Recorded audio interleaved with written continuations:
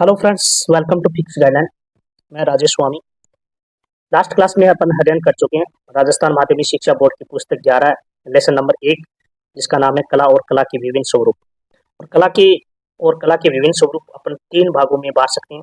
इसमें पहला है ये कला का अर्थ एवं परिभाषा या फिर वर्गीकरण। ये ऑलरेडी अपन पढ़ चुके हैं। इस लेसन को दूसरा जो पार्ट है कला के विभिन्न स्वरूप, जिसमें आदिम कला, लोक कला, बीटी परंपरा, लघु चित्रण परंपरा, सामग्री एवं उपकरण, आधुनिक कला इत्यादि को अपन अध्ययन करेंगे। चलो स्टार्ट करते हैं इस सेशन को, या अपन इस लेसन का रिवीजन करते हैं। यानी आदिम कला। आदिम कला शब्द विश्व के विभिन्न भागों में वनों आदि में आदिम अवस्था में रह रही जनजातियों की कला के लिए प्रयुक्त होता है। शहरी सभ्यताओं से सुदूर स्थित इन क्षेत्रों में रहने वाली जनजातियों की कला का उद्गम या कह सकते हैं प्रागैतिहासिक काल से ही माना जाता है। इस प्रकार आदिम कला का इतिहास उतना ही पुराना कहा जा सकता है जितना मानव का इतिहास। मनुष्य का प्रकृति से प्रथम साक्षात्कार हुआ उस समय से ही उसने निर्माण के तो तारतम्य से अपने जीवन की कोशिश तथा समृद्ध बनाने की चेष्टा की, और इस निर्माण कार्य के फलस्वरूप उसने ऐसे कृतियों का सर्जन किया जो उसके जीवन को सुखद और सुचारू बना सकते। इसी समय से मनुष्य की ललित भावना भी जाग उठी और उसने अपनी मुख्य भावनाओं को अनगढ़ पत्थरों के यंत्रों तथा तुलकों से बनी टेढ़ी मेढ़ी रेखा कृतियों के रूप में गुफाओं, चट्टानों की भित्तियों पर अंकित कर दिया। तो अपने को इतना याद रखना है कि स्टार्टिंग जो आदिम जो काल होता है वो मानव ने जो कोशिश की है पत्थरों और कह सकते हैं कि भाई गुफाओं भी बनाने का अपन प्रयास किया है। उसने जीवन की कोमल भावनाओं तथा संघर्ष में जीवन की सजीव झांकियां आदि मानव की कलाकृतियां के रूप में आज भी सुरक्षित हैं। आदिकाल में आज तक मनुष्य रेखा तथा आकार, तक्षण तथा कर्षण के द्वारा अपनी भावनाओं को व्यक्त करता चला आ रहा है। मनुष्य ने रेखा और आकार के माध्यम से अपनी प्रकृति, आत्मा और युग का सदैव स्वागत तथा अंकन किया। तो इसको याद रखना है। आदिम काल में रेखा और आकार के माध्यम से बनाने की कोशिश की। मानव की इन असंख्य चित्रकृतियों के आधार पर चित्रकला की आज तक एक निश्चित परिभाषा निर्धारित हो चुकी है। पिक्चर नंबर 1 में आप देख सकते हैं, ये जो आदिम काल में रेखा चित्रों के माध्यम से पहली बार यानी मानव ने ये कोशिश की है चित्र बनाने की या प्रयास किया है। इन चित्रों में आदिम मानव का जीवन परिलक्षित होता है। अतः पशु और मानव के आकृति दृश्य तथा जादू के विश्वास के प्रतीक चिन्हों का चित्रण इस समय की कला का प्रधान विषय है। तो ये सेकंड पिक्चर नंबर 2 में आप देख सकते हैं, ये एक जादू के दिखाया गया है। इसमें ये भी इस प्रकार के चित्र उकेरे गए। इन चित्रों में मानव ने अपने भावों को सरल रूपों तथा ज्यामितीय आकार में सजोया है। यह कृतियां आदि मानव की बाल सुलभ प्रकृति की उत्तम झांकी हैं। इन चित्रों में प्रागैतिहासिक युग के मनुष्य का संपूर्ण इतिहास संचित है। इन चित्रों की रेखा सीमा रेखाएं गतिशील है, यद्यपि चित्र असंयुक्त और सरल है, जिसमें सांबर, बारहसिंगा, महिष, गेंडा, हाथी, घोड़ा, सुअर जैसे पशुओं का जो संभाविकता के साथ अंकन किया है। पिक्चर नंबर आप 3 भी देख सकते हैं। इस प्रकार आगे पढ़ते हैं। भारत के विभिन्न क्षेत्रों में उत्तराखंड, आंध्र प्रदेश, बिहार, बंगाल, गुजरात, कर्नाटक, केरल, मध्य प्रदेश, महाराष्ट्र, मणिपुर, उड़ीसा, राजस्थान एवं तमिलनाडु आदि में लगभग 75 आदिम जनजातियां निवास करती हैं, जिन्होंने अपनी परंपराएं, कलात्मक विशेषताओं को बनाए रखा है। अब अपने पढ़ते हैं आगे लोक कला, यानी आदिम कला अपन पढ़ लिया और लोक कला के बारे में पढ़ते हैं। लोक कला यानी प्रत्येक युग की भावनाओं की सौंदर्य अनुभूति उस युग की कला में प्रकट होती रही, और सौंदर्य अनुभूति के साथ उस युग के आचार व्यवहार, विश्वास, जीवन संघर्ष एवं संकल्पनाओं एवं लोक जीवन की संपूर्ण झांकी को प्रस्तुत करने का कार्य लोक कलाओं द्वारा किया गया। वस्तुतः लोक हमारे जीवन का महासमुद्र है, उसमें भूत, भविष्य, वर्तमान सभी कुछ सचित रहता है। भारतीय लोक कला संस्कृति के आदर्शों का स्वरूप है। वस्तुतः लोक कलाएं संस्कृति की जननी भी हैं और पोषक भी। देश काल और परिस्थितियों के अनुरूप सामाजिक मूल्यों, मान्यताओं और परंपराओं में समय समय होने वाले परिवर्तन व संवर्धन और भी लोक कलाएं प्रतिबिंबित करती हैं। हमारी परंपरागत लोक रुचियों को जीवित रखने के लिए भारत के विभिन्न प्रदेशों में लोक कलाओं में भी अद्भुत कार्य किया। विज्ञान और दर्शन की दृष्टि से उसकी तुलना नहीं की जा सकती। किसी भी विशिष्ट स्थान की लोक कलाएं उस विशिष्ट स्थान की लोक संस्कृति पर आधारित होती है। लोक कलाएं की उत्पत्ति के स्रोत कुछ महत्वपूर्ण कारक है और जिसके सामंजस्य से जिसके कारण से लोक संस्कृति और लोक कलाओं का जन्म होता है और लोक कलाओं के स्वरूप को निर्दिष्ट और निर्धारित करते हैं और इसमें लोक विश्वास, लोक चिंतन, लोकानुर्जन और लोक मूल्य और लोकाचार आदि महत्वपूर्ण हैं। ये देख लीजिएगा जो मांडना है, जिसे मांडने कहते हैं, जो राजस्थान के हर जिलों में इस प्रकार यानी अपन घरों के चूल्हे, घरों की दीवारों पर उकेरे जाते हैं, महिलाओं के द्वारा डिजाइन की जाती। लोक कला की विशिष्ट व्यक्ति द्वारा सर्जित नहीं होती। ये सामाजिक और अनुष्ठानों प्रक्रियाओं के बीच प्रस्फुटित हुआ वह वृक्ष है जो धीरे धीरे सामाजिक पोषण प्राप्त कर फलवित एवं फलित होता है।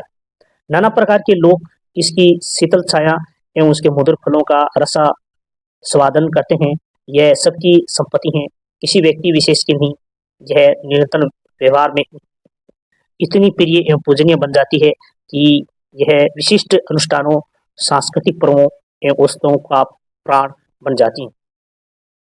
लोक कलाकार किसी चित्रकला में जाकर शिक्षा नहीं प्राप्त करता और न ही किसी दुरूह सिद्धांत व शैली की जटिलता में नहीं पड़ता और वो नए सजन की लोकेशना से दूर रहता।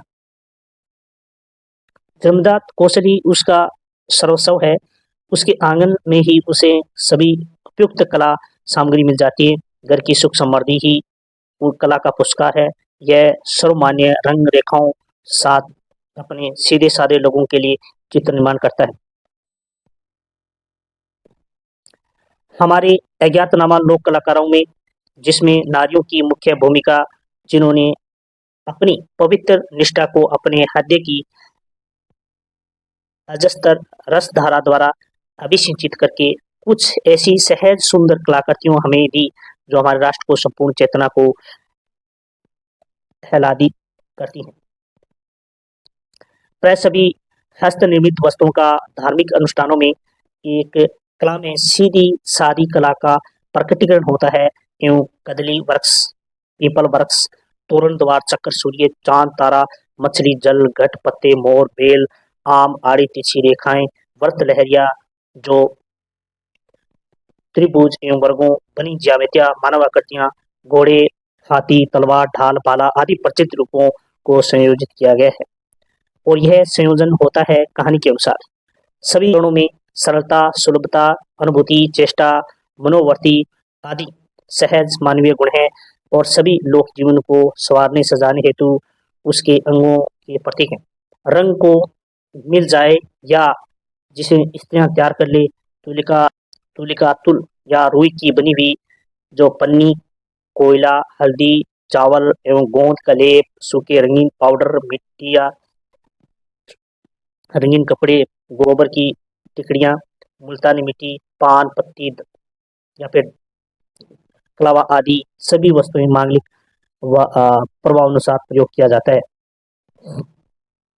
तो इस प्रकार महिलाओं के द्वारा लोक कला मतलब लोक कला का जो डिजाइनिंग की जाती है, जो घरों में अपन साज सजावट के लिए काम में लेते हैं, जिस प्रकार अपन घरों में ही जो चीजें सामग्री मिल जाती है नॉर्मली, तो वो अपन लोक कला के प्रमुख बिंदु, ये बहुत इंपॉर्टेंट है भाई। लोक कला के प्रमुख बिंदु देखो, लोक कला सहज है, अपरिष्कृत है। यह हृदय की सीधी निर्गिस छवि को प्रदर्शित करती हैं। इसकी प्रविधि व साधनों में कृत्रिमता एवं जटिलता नहीं होती, अभ्यास की कोई विशेष आवश्यकता नहीं होती और पूरी कथा को एक ही चित्र में प्रतीकात्मक रूपों में या कह सकते हैं माध्यम से अभिव्यक्त किया जाता है। यह विषय वस्तु धार्मिक पुस्तकों, पर्वों, संस्कारों एवं लोकानुर्जनों से जुड़ी होती हैं। इसका जो रचिता होता है अज्ञात व अनाम होता है साधारण जन स्वयं ही इस कला का आश्रयदाता होता है और लोक कला शाश्वत है। इसकी परंपरा का कभी लोप नहीं होता। राजस्थान प्रदेश लोक कलाओं की दृष्टि से अत्यंत समृद्ध प्रदेश है। यहाँ लोक जीवन से जुड़ी अनेक कलाएं प्रचलित में हैं, जिन्हें निम्न तालिका से समझा जा सकता है। अब देखिए मांडना। मांडना क्या होता है कि राजस्थान की विविध जातियों द्वारा विभिन्न अवसरों पर घरों की भित्तियों या फर्श पर बनाए जाने वाले अलंकारिक रूपाकार जो होते हैं वो मांडना होते हैं, ठीक है ना। गूंदना क्या होता है, विविध जो जातियों द्वारा शरीर पर बनाए गए जो आने वाले जो रूपाकार होते हैं, जैसे अपन टैटू कहते हैं ना, तो वो गूंदना होता है। ज्यादातर जनजातीय महिलाएं अक्सर ये खुदवाती हैं। चित्राम। चित्राम या मेवाड़ क्षेत्र में मांगलिक अवसरों पर भित्तियों पर बनाए जाने वाले रूपाकार, ठीक है ना, तो ये मेवाड़ क्षेत्र में बड़ा प्रचलित है चित्राम। फड़, ये शाहपुरा जिले में प्रसिद्ध है, ठीक है ना। शाहपुरा जो फड़, अलग अलग देवताओं के लिए जो कलात्मक कपड़े के ऊपर एक चित्र बनाए जाते हैं और रात्रि के टाइम में यानी वाचन होता है, तो अलग अलग जैसे देवनारायण जी की फड़, बाबू जी की फड़, ठीक है। तो इस प्रकार की जो प्रमुखता है ये फड़ जो देवताओं के चित्रण एक कपड़े पे किया जाता है उसे फड़ कहते हैं। जिसका जो कह सकते हैं भी फड़ का जो चित्रण किया जाता है वो कहाँ किया जाता है, शाहपुरा में। तो शाहपुरा अब राजस्थान का एक अलग से जिला बन चुका है, जो भीलवाड़ा का पहले एक तहसील हुआ करती थी। क्षेत्र में लोक देवताओं की जीवन गाथाओं को प्रस्तुत करने वाले कपड़े पर बने चित्र, जिन्हें लोक गायन की शैली में पढ़ा जाता है। कावड़ देखिए, लकड़ी से बना होता है और ये कावड़ कला राजस्थान के कहाँ प्रसिद्ध है, तो बस्सी चित्तौड़गढ़ में प्रसिद्ध है। लकड़ी का छोटा आकार का मंदिर जिसमें कपाट पर विविध हिस्सों पर विभिन्न देवताओं की गाथाएं बनी होती हैं एवं जिन्हें अनुष्ठान के रूप में प्रदर्शित किया जाता है। मिट्टी का काम।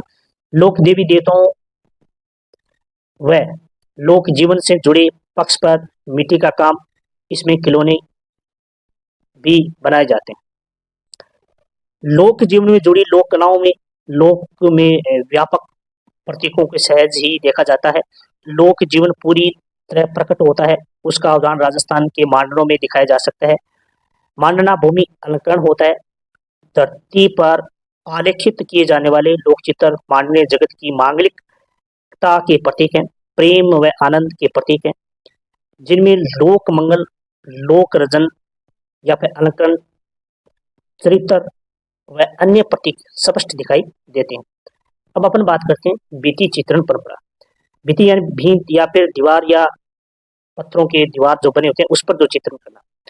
भारत में भित्ति चित्रण कला की समृद्ध परंपरा प्रागैतिहासिक काल से आरंभ होकर लोक कला या आदिम कला के रूप में पल्लवित होती हुई अजंता की जो गुफा है अपने चरम विकास पर पहुंची। तो ये याद कर लेना, सबसे ज्यादा जो भित्ति चित्रण कहाँ किए गए, तो अजंता की गुफा में। और भारत में जोगी मारा गुफा के चित्र भित्ति चित्रण परंपरा की प्रथम उदाहरण है। ये याद कर लेना भाई, अपन नोटबुक में डाल लेना कि भाई भारत में भित्ति चित्रण परंपरा का प्रथम उदाहरण कौन सी गुफा से मिलता है, तो जोगीमारा गुफा है कहाँ पे, तो सरगुजा जिला है छत्तीसगढ़ राज्य का, तो वहां पे ये गुफा पड़ती है। इसमें अरबी काल में के भित्ति चित्र बने हैं। जोगीमारा के बाद में अजंता की भित्ति चित्रण परंपरा प्राप्त होती है। जो अजंता की जो गुफा कहाँ पे है, महाराष्ट्र प्रांत के औरंगाबाद के पास अजंता की गुफा मंदिरों का निर्माण हुआ। यहाँ स्थापत्य के साथ साथ मूर्तिकला एवं भित्ति चित्रण जो कला की भी उन्नत परंपरा विकसित हुई। तो ये आप देख सकते हैं यहाँ पे मर्ग जातक अजंता गुफा चित्र यहाँ पे जो बना हुआ है ये भित्ति चित्रण है, ठीक है ना। अजंता के समान समर्थ चित्रण परंपरा से युक्त 5वीं व 6वीं शताब्दी में बने बाघ गुफाओं के चित्र भी कलात्मक एवं तकनीकी दृष्टि से उच्च कोटि के हैं, तो ये भी बाकी गुफाओं में स्थित हैं। और मुंबई प्रांत में आईहोल नामक स्थान के पास बादामी में चाकुलियों द्वारा निर्मित गुफा मंदिरों में भी भित्ति चित्र मिले। कला की दृष्टि से ये भी अपने काल के उत्तम चित्र थे, ठीक है ना। तो इसको भी आप पढ़ सकते हैं, बड़ा इंपॉर्टेंट है।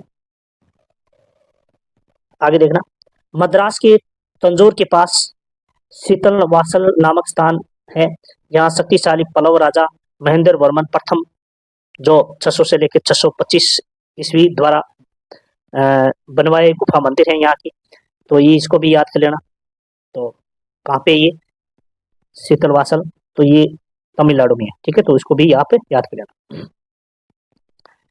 इसकी इनकी जो बेटियों पर भी बहुत सुंदर चित्र बने और जिसकी शैली अजंता के समान है। तो आपसे पूछा जा सकता है अजंता की समान शैली कौन से गुफाओं की है? तो शीतल वासल की है। शीतल वासल के कुछ चित्र जैन धर्म से संबंधित भी हैं। यहाँ की जो भित्ति चित्रण परंपरा भी विशुद्ध भारतीय रूप से विकसित हुई। वेरुल अथवा अलोरा अजंता के से कोई 50 मील दूर स्थित है। यहाँ के शिल्पियों ने पूरी पहाड़ियों को ही मंदिर एवं गुफाओं मंदिरों में भित्ति चित्र पाए गए। राजस्थान में भी महलों हवेलियों आदि में एक भित्ति चित्रण परंपरा विकसित हुई और जिसमें फ्रेस्को बुनो राजस्थान की भित्ति चित्रण की विधि को आराइस या आलागिला पद्धति या विधि कहा जाता है। इसमें गीली भित्ति पर चित्रण किया जाता है। राजस्थान में जयपुर बूंदी कोटा जोधपुर बीकानेर एवं शेखावाटी क्षेत्रों में इसे भित्ति चित्रणों के लिए प्रसिद्ध है। ठीक है, तो आलागिला जो विधि है फ्रेस्को बुनो ये राजस्थान से रिलेटेड है। वैसे इस विधि को राजस्थान में 2 प्रकार से उपभागों में बांट सकते हैं, जिसमें एक इटालियन कह सकते हैं भी भित्ति चित्रण, दूसरा है जयपुरी भित्ति चित्रण। बात करते हैं लघु चित्रण परंपरा। लघु चित्रण परंपरा यानी इसे थोड़े छोटे रूप, जिसमें अपन देखो कागज के ऊपर बनना स्टार्टिंग होता है धीरे धीरे। तो अजंता बाग आदि के भित्ति चित्रणों के बाद भारत में 19वीं सदी में पाल एवं जैन शैलियां प्रारंभ में, जिसमें ताड़ पत्रों पर छोटे चित्र बनाए गए। बाद में यह चित्र कागज के रूप में यानी भी बनाए गए। तो पहले देखो, पहले स्टार्टिंग में जो कागज नहीं होता था, नए ताड़ के जो पत्ते के द्वारा यानी ये चीजें बनाई जाती थी। तो वो जो चीजें बनाई जाती थी वो या दीवारों पर या पत्थरों के ऊपर उकेरी जाती थी। तो वो बाद में यानी इसका मॉडर्नाइजेशन हुआ और जिसमें धीरे धीरे मानव ने क्या करना स्टार्ट किया, पत्तों के ताड़ के पत्तों के बाद में ताड़ के पत्तों के बाद में कागज बनाना स्टार्ट किया। ठीक है ना, वसली कहा जाता है हाथ से जो निर्मित जो कागज होता है वो आगे पढ़ेंगे अपन। तो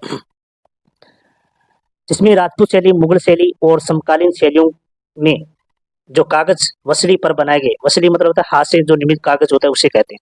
लघु चित्रों की परंपरा का ही विकास हुआ। इस प्रकार भारत के लघु चित्रों का प्रारंभ जैन एवं अपभ्रंश शैली के चित्रों द्वारा माना जाता है। मध्यकाल 15वीं से 18वीं सदी भारतीय लघु चित्रण का स्वर्णिम काल था, जिनमें मुगल राजपूत एवं पहाड़ी आदि शैलियां सम्मिलित हैं। इसको भी याद कर लेना। ठीक है ना, कि भी लघु भारतीय लघु चित्रण का स्वर्णिम काल कब माना जाता है? तो 15 से 18वीं सदी। ठीक है ना। आगे बात करते हैं राजस्थान और मेवाड़ मारवाड़ कोटा बूंदी जयपुर किशनगढ़ आदि क्षेत्रों में लघु चित्रण परंपरा विकसित हुई और प्रारंभ में लघु चित्रण ताड़ पत्रों के ऊपर चित्रित किए गए थे। ठीक है ना, तो लघु चित्र मतलब छोटे हो गए, मतलब अपन क्या है कि दीवार पर अगर बनाए थोड़े बड़े बना सकते हैं, लेकिन अपन कागज पर बना सकते हैं तो छोटे चित्र बना सकते हैं।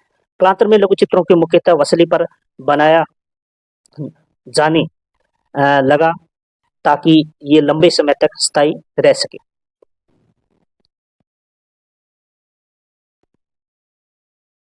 तो ये इस प्रकार की देख सकते हैं आप राधा कृष्ण जो कांगड़ा जो शैली है यहाँ पे बने हुए चित्र है। जो पिक्चर नंबर आप 7 देख सकते हैं, ये लघु चित्र जो शैली के अंतर्गत आते हैं, चित्रण शैली के अंतर्गत आते हैं। अब अपन पढ़ते हैं सामग्री उपकरण, यानी कौन कौन सी सामग्री और उपकरण जो हमें इस्तेमाल होते हैं चित्रों बनाने के लिए। चित्र बनाने के लिए जो सामग्री है, पहले देखो वसली। वसली वास्तव में हाथ से बना कागज होता है। इसमें कई कागजों की पतली पतली परतों पर को लेई से चिपका कर तैयार किया जाता है। लघु चित्रों में अनेक प्रकार के कागजों का प्रयोग, जैसे सियालकोटी, हरीरी, गोनी, तबरेजी व सांगानेरी आदि। जयपुर के भौतिक खाने में अनेक पुस्तकों में इन कागज कागजों की विस्तृत जानकारी प्राप्त होती है। ब्रश ब्रश की अगर बात करें तो प्राय कलाकारों द्वारा गिलहरी की पूंछ के बालों की ब्रश का प्रयोग किया जाता था। रंग की अगर बात करें तो इस पद्धति में विभिन्न प्रकार के प्राकृतिक रंगों का प्रयोग किया जाता था, जैसे पीला पेवड़ी, गोली एवं हरिताल, लाल हिंगूल, गेरू, महावर एवं सिंदूर, नीला नील या काला काजल, हरा सफेद, खड़िया एवं सोना चांदी जो विशेष विधि से तैयार किए जाते थे आदि रंगों का प्रयोग हुआ। इसमें अपन बात करते हैं प्रविधि। प्रविधि होती है लघु चित्र परंपरा के चित्र निर्माण की प्रक्रिया में एक विशेष अनुक्रम का प्रयोग किया गया जो निम्न प्रकार है, ठीक है ना। तो ये अपन लघु चित्रण की अगर बात करें तो इनकी कह सकते हैं भी सामग्री और उपकरण जो आ जाएगी। इसमें देखो सबसे पहले अभिनय, केवल जल में ब्रश को भिगोकर रेखांकन करना, सूखे कागज पर पानी की रेखाएं स्पष्ट होती है, जो भी चित्र को प्रारूप को निर्धारित करने में सहायता करती है, जिसमें इसका अर्थ ही होता है आप मतलब होता है जल, बिना मतलब होता है देखना, ठीक है। तो आबिना का अर्थ क्या होता है कि सूखा जल से भिगोकर जो जल होता है उसमें अपन कागज पर डाल देना, ठीक है। खाका, जलीय रेखों के आधार पर हल्के लाल रंग का रेखांकन करना, ये खाका कहलाता है। रंग में जी, रंग भरना, ये इसमें दो होते हैं, एक तो होता है दागीना, चित्र के विविध भागों जैसे आकृति, आकाश, वृक्ष, वनस्पति, वेशभूषा आदि को उसमें लगाए जाने वाले रंगों को चिन्हित करना, और पोतना यानी भरना, चिन्हित किए गए रंगों से उस भाग को रंगों से भरना। गुलाई, रंगों की हल्की व गहरी तानों में गुलाई उभार दिखाना, और छाया सुषमा यानी सैंडिंग, सैंडिंग मतलब छाया, ठीक है ना, छाया दिखाना। एक तो छाया और जिसमें गहरी तानों की रेखाओं से छायांकन का प्रभाव उत्पन्न करना। दूसरा होता है सुषमा यानी विभिन्न रंगों से किसी वस्तु में उबार का प्रभाव उत्पन्न करना। सिया कमल, सिया कमल होता है स्याही का प्रयोग, चित्र की आवश्यकता अनुसार स्याही की रेखाओं का प्रयोग करना। और अगला है गुला पाबा, और आभूषणों में पीले व सफेद रंगों का प्रयोग करना, और सफेदा यानी आंख के तारों व मोतियों आदि आभूषणों के गाढ़े सफेद रंग का प्रयोग, जरब चित्रों के बहुमूल्य एवं मध्य बहुमूल्य रत्नों जैसे मोती, माणक, पन्ना आदि का प्रयोग करना, और जयपुर शैली के अनेक चित्रों में इस प्रकार के रत्नों का प्रयोग होता है। तो ये अपना हो गया लघु चित्रण परंपरा की सामग्री और उपकरण। अब अपन बात करते हैं आधुनिक कला। आधुनिक कला यानी मॉडर्न आर्ट शब्द एक विश्वव्यापी अंतर्राष्ट्रीय शब्द है, जिसके अंतर्गत प्राय 29वीं सदी के मध्य से 20वीं सदी के मध्य कला आंदोलन की गणना की जाती है। मॉडर्न आर्ट के उद्भव के पीछे औद्योगिक क्रांति, शहरीकरण, आर्थिक, राजनीतिक एवं तकनीकी परिवर्तन आदि कारण रहे हैं। औद्योगिक क्रांति व फोटोग्राफी आदि के कारण कला जगत में भी पूर्व निर्धारित मान्यताओं व परंपराओं आदि पर आधारित रूपकारों में भिन्न कला रूपों की सृजना आरंभ हुई एवं कला में आधुनिकतावाद प्रारंभ हुआ या कह सकते हैं आरंभ हुआ, जिसमें नए कला रूपों की खोज एवं प्रयोग हुए। साथ ही इसमें कलाकारों की किसी विशिष्ट विचारधारा या अनुशासन में बंधने को मजबूर नहीं किया, वरन व्यक्तिगत भावनाओं के अनुसार अपना रास्ता खोजने या अपनाने को प्रोत्साहित किया। पश्चिमी आधुनिक कला प्रभाववाद, उत्तर प्रभाववाद, प्रतीकवाद, भाववाद, अभिव्यंजनावाद, दादावाद या अति यथार्थवाद आदि कला आंदोलन का संयुक्त रूप माना जाता है। इन आंदोलन में 1914 ईस्वी के पूर्व कह सकते हैं कि प्रथम विश्व युद्ध व 1939 ईस्वी के द्वितीय विश्व युद्ध की भूमिका भी स्पष्ट दिखाई देती है। भारत में ब्रिटानी साम्राज्य कायम होने के बाद, यानी ब्रिटानी का मतलब है ब्रिटिश यानी ग्रेट ब्रिटेन, जो लगभग ऑलमोस्ट वर्ल्ड के अधिकतर देशों में उसने शासन कर रखा था। शिक्षा, कला, साहित्य, संस्कृति तथा सामाजिक क्षेत्रों में अंग्रेजों का प्रभुत्व त्वरित गति से बढ़ने लगा। चित्रकला के क्षेत्र में पाश्चात्य सभ्यता के अनुकूल राजा रवि वर्मा ने तेल चित्र बनाए। तो ये याद कर लेना, भारत में सबसे पहले तेल चित्र किसने बनाए, तो राजा रवि वर्मा ने। रवि वर्मा ने यूरोपीय पद्धति में तेल माध्यम से छाया प्रकाश आदि के द्वारा नाटकीय प्रभाव युक्त अनेक चित्र बनाए, जिसके विषय विशुद्ध भारतीय रहे। भारतीय कला क्षेत्र में एक नई दिशा देने का कार्य ब्रिटिश कलाविद E.V. हेवल ने किया। 1907 ईस्वी में कलकत्ता के स्थानीय कला स्कूल के प्रिंसिपल E.V. हेवल तथा रविंद्रनाथ टैगोर ने Indian society of oriental art नामक संस्था की स्थापना की। तो ये भी याद कर लेना भाई, ठीक है ना। तो रविंद्रनाथ टैगोर ने Indian society of oriental art नामक संस्था की स्थापना की। संस्था का प्रमुख ध्येय परंपरागत कला शैली तथा आधुनिक विचारधाराओं के समय में एक नवीन शैली का निर्माण करना। धीरे-धीरे संस्था के कलाकारों को शिक्षा देने का भी प्रबंध किया और कालांतर में कई प्रतिभाशाली चित्रकार इस संस्था द्वारा निकले, जिसमें नंदलाल बोस, जितेंद्र नाथ मजूमदार, असित कुमार हालदार, मुकुल दे मुकुल डे आएगा, यहाँ पे दे नहीं है, डे ये, और देवी प्रसाद राय चौधरी आदि आदि कलाकारों ने अपनी रचनात्मक धारा में राष्ट्रीय चेतना को अपूर्ण बल प्रदान किया। इसमें प्रभावित होकर भावी कलाकारों ने देश के विभिन्न हिस्सों में जाकर आधुनिक कला के विचार का प्रचार प्रसार किया। तो ये थोड़े से पिक्चर देख लेना आप, ठीक है ना। आकृति मूलक ये नंदलाल बोस की है, एरावत पर इंद्र, ठीक है ना। ये एरावत यानी ये हाथी है। इस पर बनारस घाट की जो श्रृंखला जो बनाने वाले जो चित्रकार है वो राम कुमार है, ठीक है ना। राम कुमार दिल्ली जो चक्रमंडल से जुड़े हुए हैं, ठीक है ना। तो ये आपको ये दोनों याद कर लेने हैं। और अगले अपन अध्याय का तीसरा जो पार्ट होगा शिल्प और कला के प्राचीन ग्रंथ, वो नेक्स्ट सेशन के अंदर अध्ययन करेंगे। तब तक के लिए धन्यवाद, थैंक यू।